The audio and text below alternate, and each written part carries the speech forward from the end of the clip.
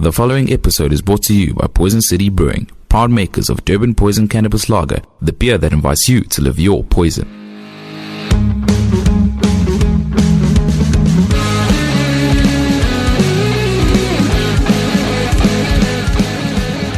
Welcome back to another episode of Sludge Underground. It's myself and Mitchell today, and we have Robyn Ferguson with us to talk about some of her music and some of the stuff that she's been doing. Robyn, introduce yourself and tell us what it is you do. Hey everyone, I'm Robyn Ferguson, and I'm a solo musician. I play mostly guitar and instrumental stuff, and I've just released my second solo EP called Falling Forward, and I'm really excited to be chatting with you guys. I've been listening to Falling Forward this week in anticipation for this interview, and it is absolutely incredible. I've enjoyed it so much. Thank you so much. What was sort of the inspiration behind this EP? Or a lot of I guess you could feel a lot, but I don't know how I would even begin to explain it. So what are your thoughts behind it? What was your writing process with it? Well, the entire album takes the journey of last year, so 2019 and probably a bit of 2020 with all of this craziness. And it kind of just combines like my spiritual, mental, and physical journey that I took. As most people do know, I did fall ill last year, a week ago. And that impacted my life quite significantly. And the recovery process has been quite a huge inspiration for the album. And obviously just like a huge overcoming and believing in your purpose and in yourself to push forward as hard as one can and come up with a creative way to express yourself. So that was pretty much the gist of this album, yeah. Like what inspirations helped you make this album? Well, Are you talking about other artists, Mitchell, like in terms of... Yeah. Yes, okay, there we go. Yeah, other artists, I mean, it always ranges. I listen to quite a vast variety of music and musicians. I think in particular, currently big influences would be guys like Tesseract, Periphery, Carnival, Devin Townsend, as always, a lot of the gent prog guys, Andromeda, yes. Arch Echo, those type of dudes. But traditionally, I mean, my influences range anything from Beethoven all the way to like Dimmu, you know what I mean? So it kind of pulls a bit from everywhere, but I would suppose like artists aside, a lot of inspiration I pull from nature, from my own experiences and from other people's experiences and just chatting with cool people. If you don't mind me asking, how long have you been playing your instrument? What actually got you involved into music in the first place? I think it all happened quite naturally, but also a little bit by accident. I never really was too interested in performing or playing music as a child. I wasn't really exposed to it much. And then when I was, I just became completely obsessed with it. So I think from the moment I saw somebody playing guitar till this point, I've never put it down. So, I mean, I've been playing since I was 12. And I'm 29 now, so a fair amount of time, yeah. Yeah, no, definitely. And you didn't initially start out as a solo artist, though. I think, if I'm not mistaken, you've been playing in you've played in bands, and you've moved through different sort of things as well. Yeah, I mean, since picking up a guitar, I think it was like 2 weeks later, and I was playing with some mates, and we called ourselves a band, unfortunately. Or fortunately, it depends if our neighbors liked us or not. But yeah, always. Yeah.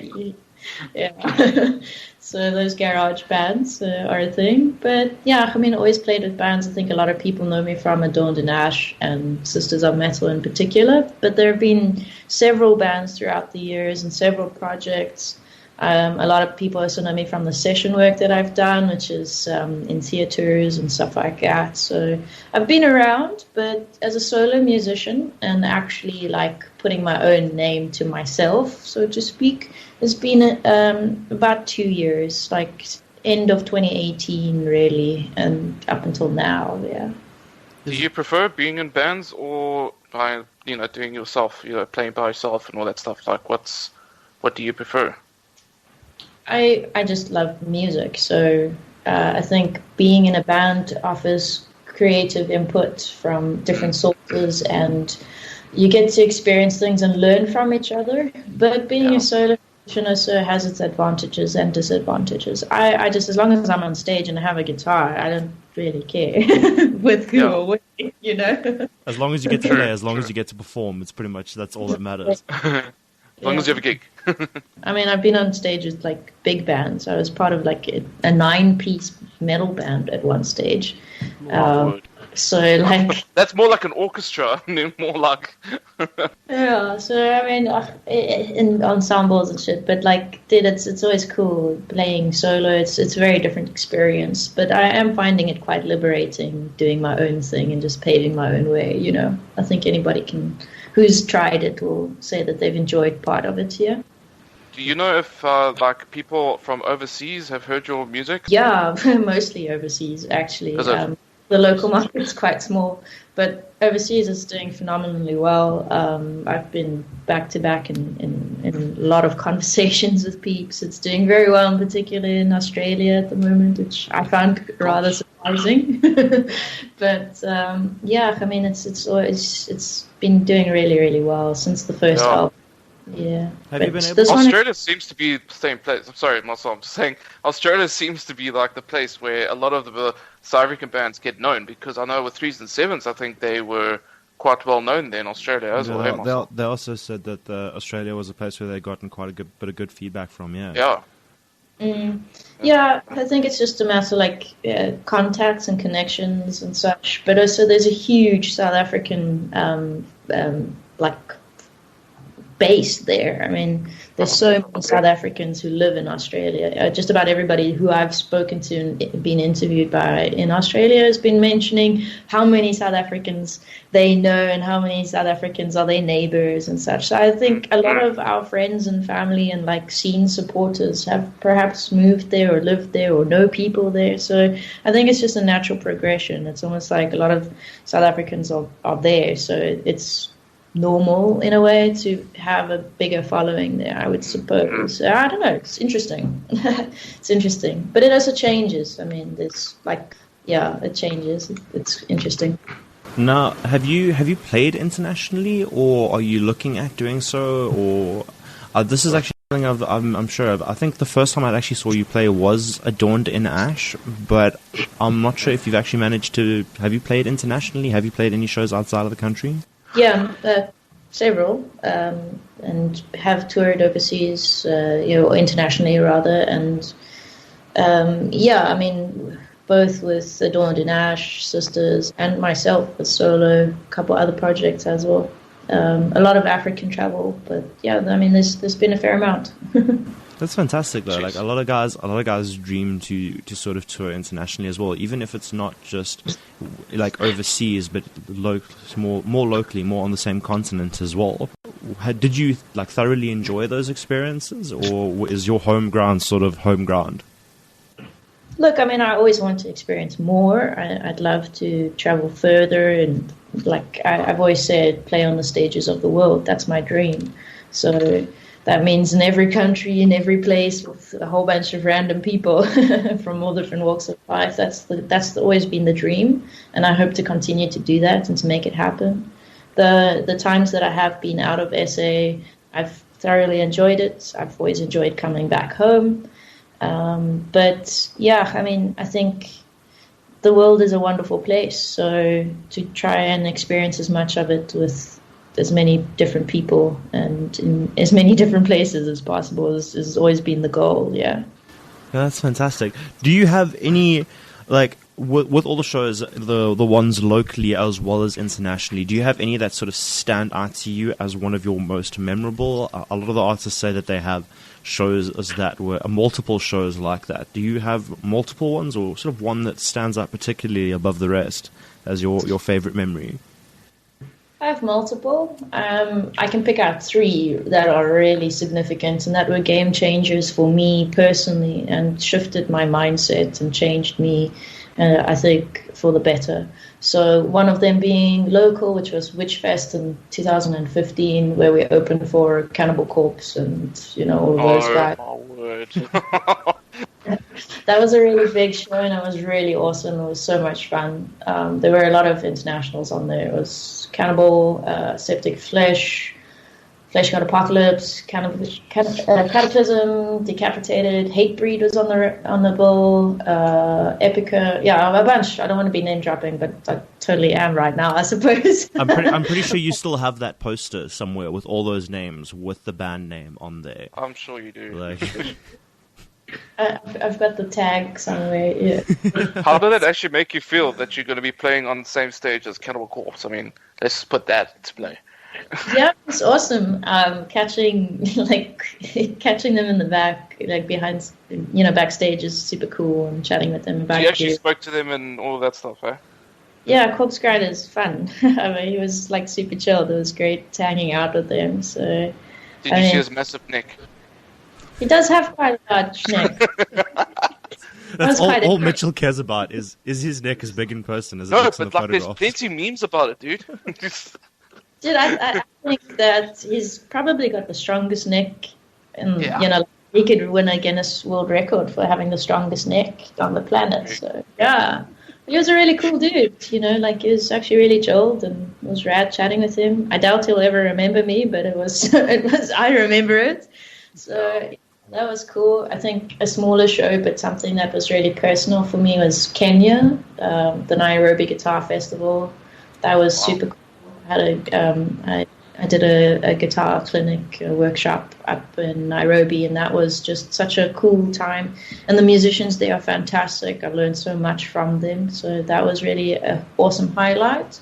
Yeah. And the last one, which to me was like just a fantastic overall experience, was actually with Sisters of Metal. We played in Angola for Rock no Rio in 2017, and that was to 24,000, and it was just such a cool mix of people. Yeah, so they had such a rad mix of people. There were metal bands, there were rock bands, there was like rappers and African bands, and it was so cool and such a rad experience. Like, I'd love to do that show again. Yeah. Do you have any? Sorry, Marcel? Oh, sorry. You said 24,000. There was 24,000 people. Sorry, that is mind-boggling. No, I'm also trying to imagine that. Yeah, it was a little scary. I'm not gonna lie. It was very cool. I feel like that's a bit of an understatement. That's. Yeah, it was quite terrifying, not gonna lie. But it was cool. It was awesome. It was so awesome. I think that in perspective, the most people I've ever played to in my life would probably be about 250 to 300 at most. So, and I remember being absolutely gutted in terms of nerves at that point. So I'm trying to wrap my head around this. It's just... Yeah, well, I kind of sit there with my mouth on the ground, and then the rest of the band's like, dude, you need to do vocals at some point in time. And I was just like... What that scene from Scott Pilgrim where he slaps him is like, we need to play now loud. Like, yeah, like, I mean, jeez, because they had two stages. So when we were setting up and like getting ready, and then obviously the lights were off on our stage, and then literally like they announce you, and then boom, lights, fireworks, spotlight on your face, and you're just like, cool, and you don't understand what anybody's saying because it's all like in Angolan Portuguese, broken English. Mix language. They kind of listened to your band name and then they were like, okay, cool, let's go. Yeah, what I remember is something like Obrigado, blah, blah, blah, blah, blah, Africa do Sisters of Metal. And we were just like, okay, here we go. So, yeah, it was really terrifying, but it was lights, camera, action, and it was probably, I know I didn't sleep at all that night. I sat up at the pool with Rishan, our bassist, and we just sat and we watched the sun come up the next morning, and we were just like, did that really happen? And it was probably so quick, eh? That like buzz the whole experience. It felt like 30 seconds, and we were up for about an hour and a half, so It was interesting. The day after that, it was like walking back into your day job, and I was like, ugh, this sucks. What is this? No, What is this? Sisters of Metal is a combination of like female musicians from a variety of different bands, if I'm not mistaken. Roshan is from Riddlebreak, correct? Yeah, Rashawn's from Riddle Break. But yeah, it's a kind of mix of people. So Rashawn from Riddle, Tamla from Tamla Khan, myself, obviously, and Callista from Posthumous. And then our drummer changes depending on who's available. Basically, anybody is really welcome. It just depends on who's like available and who can play and who's around. But the core group has essentially been Rue, myself, Cal, and Tamla. So it's pretty much been the four of us, like from show one. Yeah, it's been cool. I've got a horrible confession to make with the guitarist of Posthumous. It's what's her name? Callista? Kel? Yeah, Callista. And there was a point where I'd seen both your bands in a short space of time, and at the time I had just gotten introduced to the music scene, and I often, for some reason, mixed the two of you up. Like, I don't know why, because looking at you now, you're two very different people, but like two guitarists that I looked up to greatly because they were absolutely phenomenal. Cal is a fantastic guitarist. I mean, I have a lot of respect for her playing, so being part of Sisters of Metal with her is well, with all of them, is a huge honor. So I take that as a big compliment if you got us confused, because I think she plays really awesomely. She's got a really unique style, so I thoroughly enjoy her playing, and it's always an honor to be on stage with all of them. So I want to talk about guitars now, just so that we want to. You said that's, well, we all know, but are you endorsed by Ibanez? Ibanez South Africa, yeah. I am an endorsee. Wow. Just that alone is like so awesome. Like how was the whole preparation of that? Like how did it all come about? How did they approach you and everything? Well, I've been playing Ibanez for very many years. My first electric was an Ibanez, and then there have been some other brands and endorsements throughout the years, but gravitated back to Ibanez.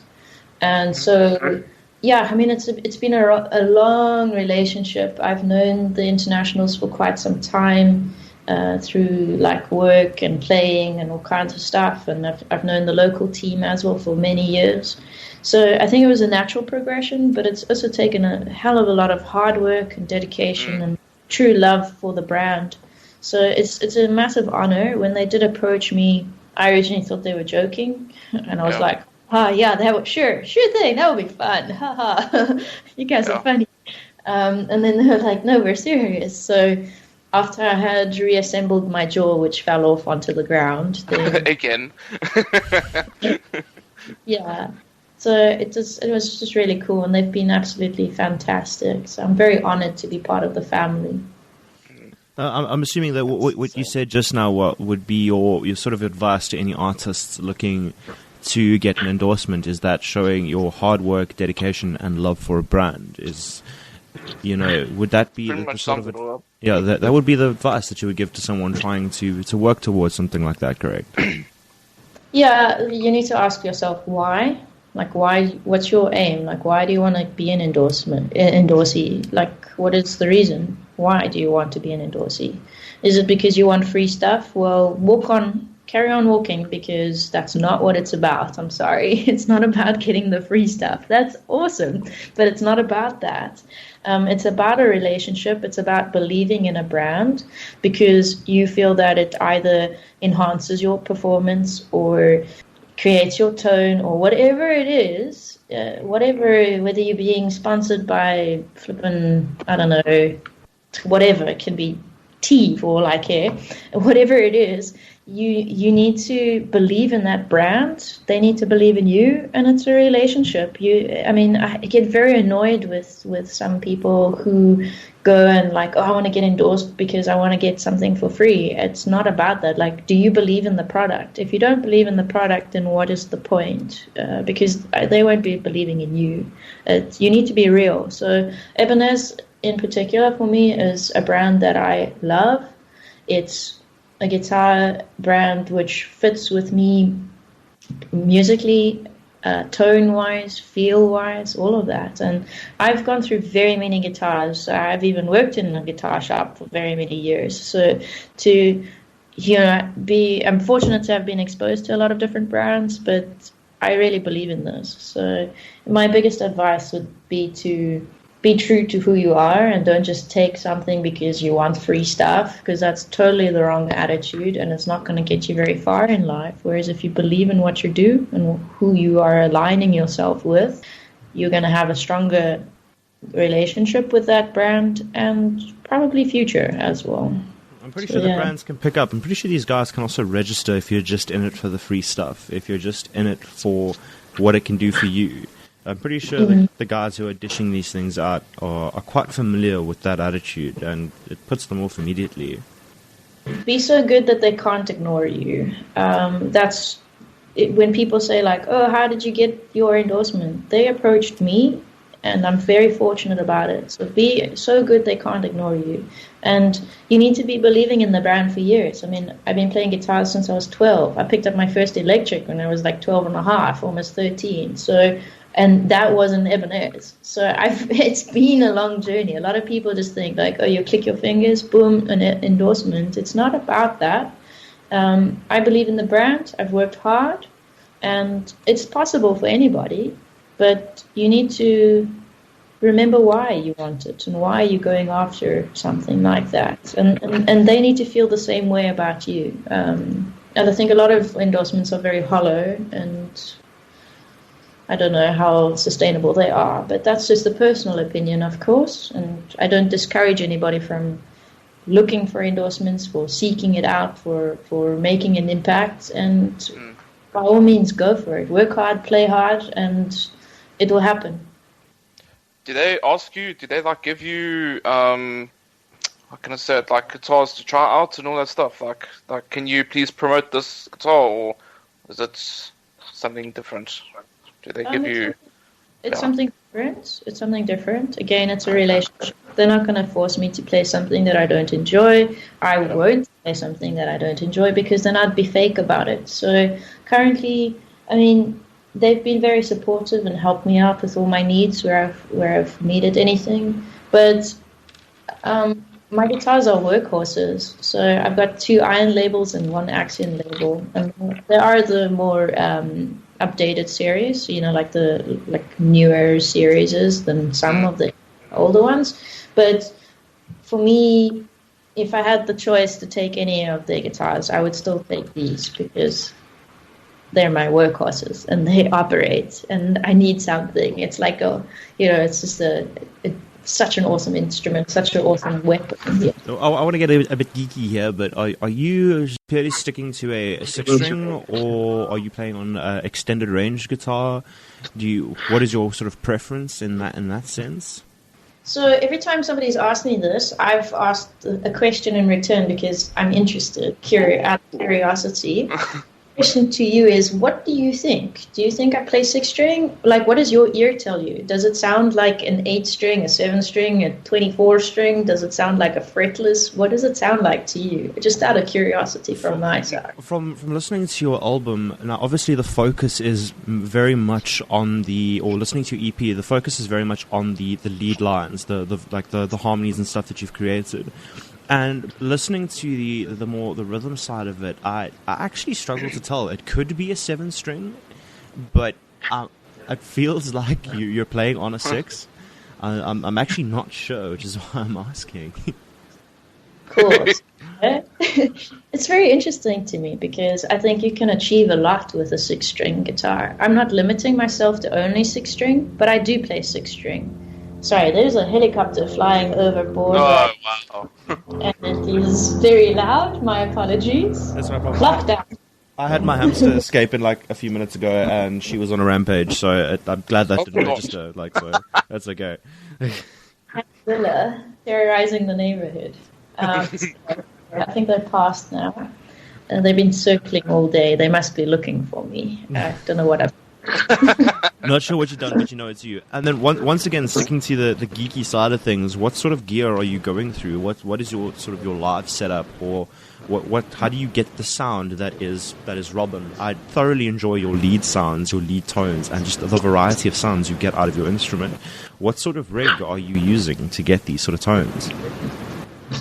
So it depends how geeky you want to go, because I can speak geek all day, but... Oh, so can we.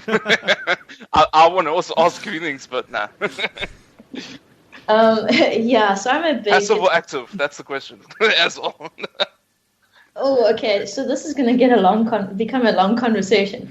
But basically, I play 6-string guitars in E-flat standard most of the time with 942 gauge. I'm giving all my secrets away. So it's a very, very light gauge. A lot of people think like, oh, you drop tuning down to the floor and you must be playing blowdraadsnare. And I promise I play 942. If I could find, if lighter gauge strings were more easily accessible, I'd probably do like an 8. But no jokes. And I'll get any fat tone that you guys would like. We'll find it. We'll make it happen. And then my main guitar is an S61AL, which is an Axiom label. You'll see it in most of the photos that I have online, and that's got Fishman fluences in. Oh, so they're obviously active with the classic mod like push pull vibes. I'm actually looking at a photograph of it now.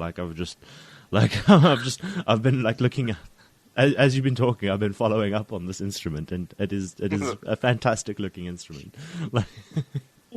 So I use that one for a lot of lead, but then I also have an iron label RGA and an RGD with passive Damasio Fusion Edge, so the stock caps, and I really enjoy those two as well. And I'll alternate between the three.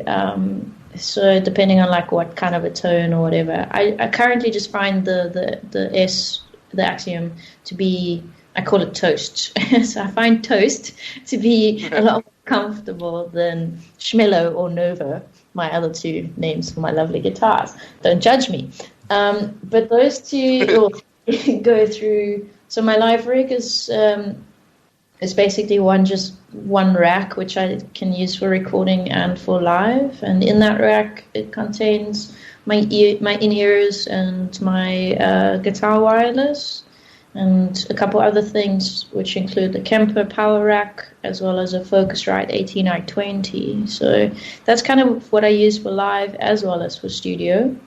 So I think a combination of my Kemper and the guitars, combination of the strings, I use Alexa, and all the way down to like pick choice. We can get really technical, but a lot of it comes from finger tone, strings, pick choice, in my opinion, and that's a personal opinion. And I know there will be a lot of guitarists that will want to fight me. I don't want to fight anybody. It's my opinion and my what I find works for me. Don't speak to me, anyone. So yeah. That's cool though. That's a hell of a lot of insight though, just from there already. I mean, that's fantastic. I was actually not expecting the Kemper vibe. I don't know why. I was expecting a more like a valve amp sort of thing. I'm not sure why. And it's actually really impressive. Like I wouldn't have guessed.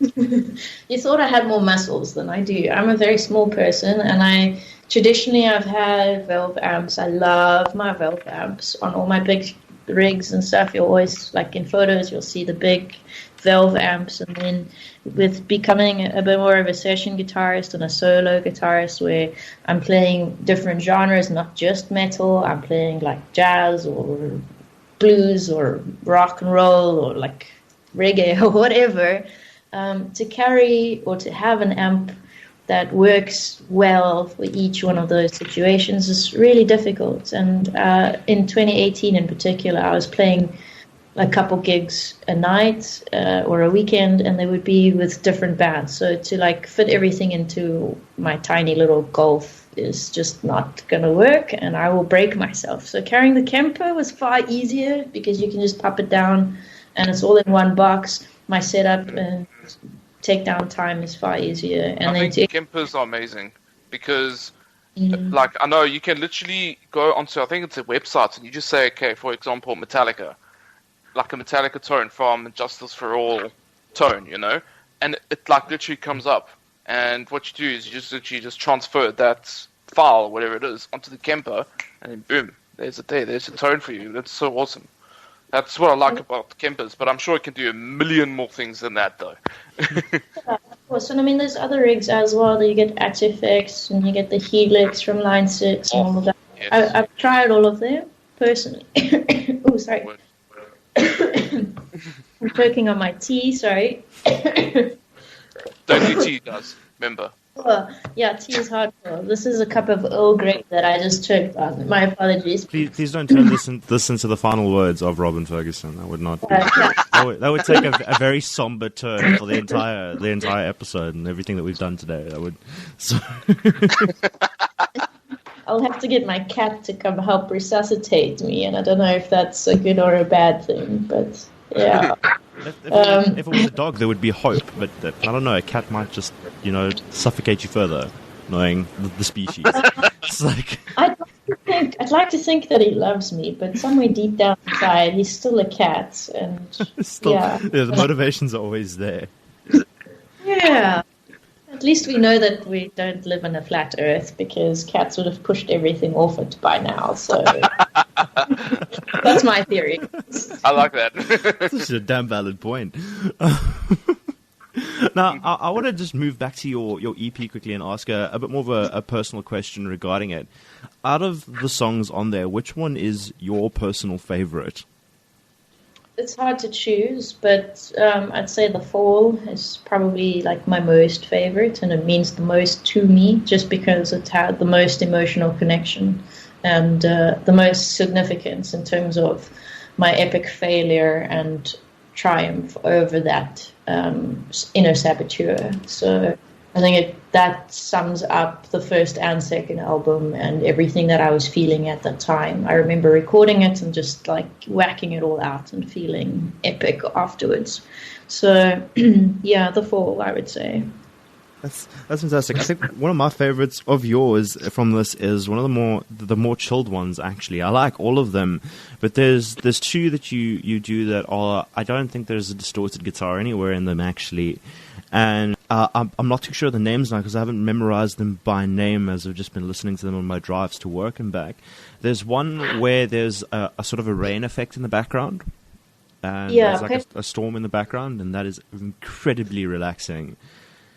And thank you. And then I think it's the track before that, if Carbon, if I'm not mistaken. It's also a very interesting song. I thoroughly enjoy it. Thank you. Yeah, Carbon is track 3 and Petrichor track 5. They're both a lot more chilled and both mean quite a bit to me. Yeah, Petrichor is a very short one. I contemplated putting it on the album, and then it just really felt right, so I put it on. And then Carbon was like a bit of an experiment into a different avenue and just breaking it down. At the end of the day, we all are just like carbon at our essence. So it's just simplifying everything and breaking it all way down. So I'm glad you enjoyed them. I enjoyed creating them. So thank you. Mitch, do you have a question? I'm still getting over 24,000 people. Oh, okay. My next question regarding the EP is all the instrument work you're recording, or do you have other guys sessioning with you? And I'm assuming you do all the guitar work. Do you do the bass as well, or does someone do that for you? And drum-wise, is it an actual drummer, or is it something that's been programmed? It doesn't sound programmed to me, but yeah. Okay, that's good news for me, because it's always a worry when it comes to drums. But basically, everything on the album I wrote and recorded myself.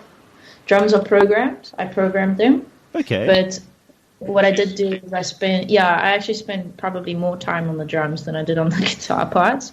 But that's because I'm really crappy at drums and have to work really hard at it. But the drums are programmed. I do spend a lot of time on drums and making sure that they are realistic and that they do feel natural, that they play natural, and that it can be recreated live by a drummer or drummers. So I send it off after I've created the composition and such. I send it off to a bunch of my drummer friends, and they play it and tell me, yeah, this is doable. No, this is octopus drums. Are you crazy?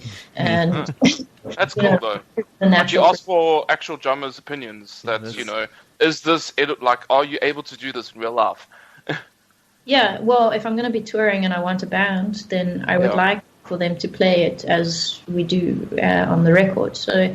So that's a very important thing for me. But recording-wise and such, like all the guitars, there's many layers on some parts, and other parts it's simple. It's just like rhythm, lead, and bass. I play myself as well. I wouldn't consider myself a bassist, but I have played bass in many bands before, so I have a bit more experience there. Drums is just far too many things to carry and too many things to hit. It's a mission. Like it's a mission instrument. Huge respect to drummers. Huge respect, because it's not something I can. I try to do it. I went in for one drum lesson once in my life, and I was like, good Lord. Do I have to carry all of this stuff? No way in hell. So I decided to carry a big, heavy... Very dedicated. I decided to carry a very big, heavy valve amp instead, which, So I wanted to know, what have you been doing in this whole lockdown pandemic thing that we can call? So, like, how have you been, like, making yourself busy? Yeah, totally not created sock puppets to keep myself happy and company. We didn't do that. Awkward. No, but I've been working quite a lot. I do have a day job, and that's been incredibly busy currently. But on the side, writing a lot more music and enjoying the release of Falling Forward.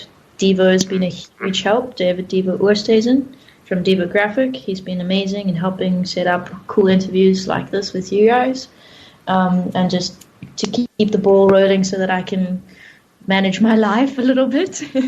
But I still do a lot of art, a lot of music, and just trying to not go too insane. Yeah. Yourself? And what's the way forward of yourself? Like, are you just waiting till this whole pandemic is done and then you're gonna worry about what's gonna happen, or do you have like a goal to be set to something in the next 5 years or something like that? Yeah, I mean, dream bigger always. I never stop. It never ends. Pandemic, no pandemic. It's much of a muchness for me. Life's always going to throw massive curveballs. This is a giant one, a global one. But I think that your purpose still remains your purpose, and that everybody has a purpose in this life. Even if you haven't quite figured it out yet, but it's there and you're here for a reason. So I want to capitalize on that. I've lived my life in fear before, and I'm trying very hard to overcome it, and have overcome that a lot. So for me personally, it's like the pandemic's actually been really helpful for me on one hand, because it's forced me to sit down and like work on things that I've maybe been avoiding personally, spiritually, mentally, and physically.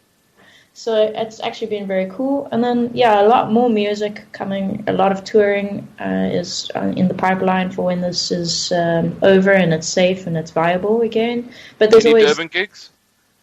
I'd love to. I think literally the last gig I had in Durban was where did we play? Probably the Winston. No, never mind. I have played Winston. We played, what was that place? It wasn't Bern? I have played Bern, but it wasn't... Most likely live then. Live, the venue, yes. That was the last gig we played. That was before I'd actually even moved to Durban. Like, I'm actually originally a Joburg boy. So, like, before I'd even moved, that was the last time you'd played in Durban. That was like 4 or 5 years ago, I'm assuming. It was a really long time ago. I missed the Durban crowd. It was fun. Well, then you better come back. Organize it, I'll come. I've got a bag packed. As soon as it's safe, like, I'll be there, dude. Seriously, like, anywhere, any gig, I'm pretty much ready to go. As long as I've got my guitar in one hand, I'll go anywhere. And not a heavy amp in the other, at least. No. Well, Right, so we can go. In closing, do you have any shout-outs that you would like to say? Anything that you would like to say to anyone who might be listening? Yeah, well, firstly, big shout out to everybody who's always helped out and supported and loved and continued to do so throughout this journey, and especially now with the pandemic. Big shout out to guys like yourselves who are putting local music on the map and for supporting everybody, for Devo, for helping me organize a lot of stuff, to Clinton Watts for mixing, mastering, and producing the album. And then, yeah, basically to all the friends and family and fans. Everybody's been so fantastic. So, yeah, big shout outs to basically everyone in my life right now. That's fantastic. And one last thing before we close off, we will end off the episode with one of your tracks. Which one of the songs would you like us to end off on? You're welcome to choose your favorites. Personally, I would maybe suggest, for variety's sake, something like Cloud or The Fall. I quite like those, and perhaps it would be something fun. But you guys can choose your favorites. I'm comfortable with all of them. Cool. Well, I think we'll exit out with The Fall then. Robyn, thank you so much for taking the time to have a chat with us, and all the best. I really hope things go well for you. Yeah. Good luck, Marcel. I appreciate your time. Thank you for having me. It's been great. Thank you.